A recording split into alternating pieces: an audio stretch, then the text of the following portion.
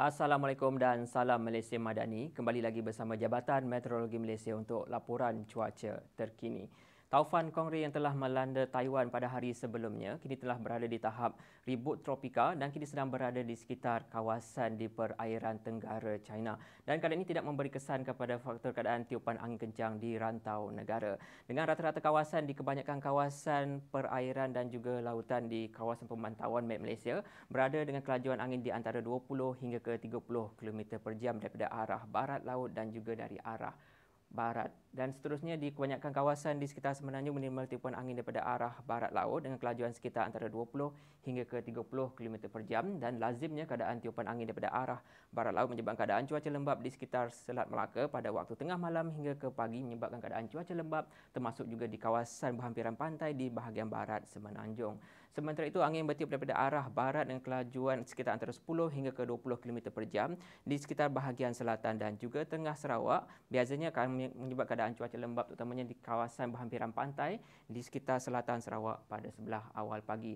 Sementara itu keadaan tiupan angin daripada arah barat dengan kelajuan sekitar antara 20 hingga ke 30 km per jam di sekitar utara Sarawak termasuk di kebanyakan kawasan di Sabah menyebabkan keadaan cuaca baik di kebanyakan kawasan yang boleh berlanjutan sehingga ke tengah hari nanti. Seterusnya kita beralih kepada tinjauan keadaan cuaca semasa melalui gema radar. Diperhatikan di keadaan di Semenanjung pada ketika ini keadaan cuaca hujan sedang berlaku terutamanya di kawasan berhampiran pantai di sekitar negeri Perlis, Pulau Langkawi, kawasan berhampiran pantai di negeri Kedah, Pulau Pinang dan juga di Perak termasuk juga di perairan negeri Selangor, Negeri Sembilan dan juga Melaka. Keadaan cuaca hujan terutamanya di sekitar utara Semenanjung dijaga akan terus memasuki kawasan daratan dan akan berlanjutan sekurang-kurangnya sehingga ke lewat pagi nanti. Sementara itu keadaan cuaca hujan renyah di sekitar daerah Kemaman dan Dungun di negeri Terengganu jangka akan beransur reda sedikit masa lagi.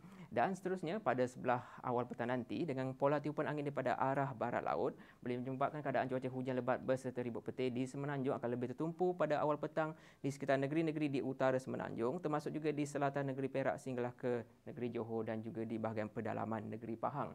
Dan seterusnya pada lewat petang hingga ke waktu malam nanti keadaan cuaca hujan juga akan lebih tertumpu di sekitar negeri Kelantan, Terengganu, di bahagian timur dan juga selatan negeri Pahang. Dan seterusnya di Sabah dan juga Sarawak. Pada ketika ini keadaan cuaca baik dan tiada hujan di kebanyakan kawasan di Sarawak, Sabah dan juga di wilayah Persekutuan Labuan. Namun keadaan cuaca hujan masih lagi sedang dicerap terutamanya di bahagian Kuching dan juga Samaran yang juga akan beransur reda sedikit masa lagi. Dan seterusnya pada sebelah petang keadaan cuaca hujan juga akan lebih tertumpu di bahagian pedalaman dan utara Sarawak dan juga di bahagian selatan dan juga barat Sabah.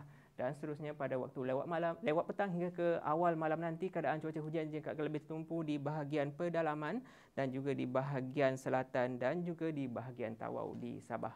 Baiklah, untuk mendapatkan info cuaca terkini boleh ikuti kami di Facebook, Instagram, X serta YouTube rasmi Met Malaysia. Sekian sahaja daripada saya, Ruzamin Pilus. Assalamualaikum.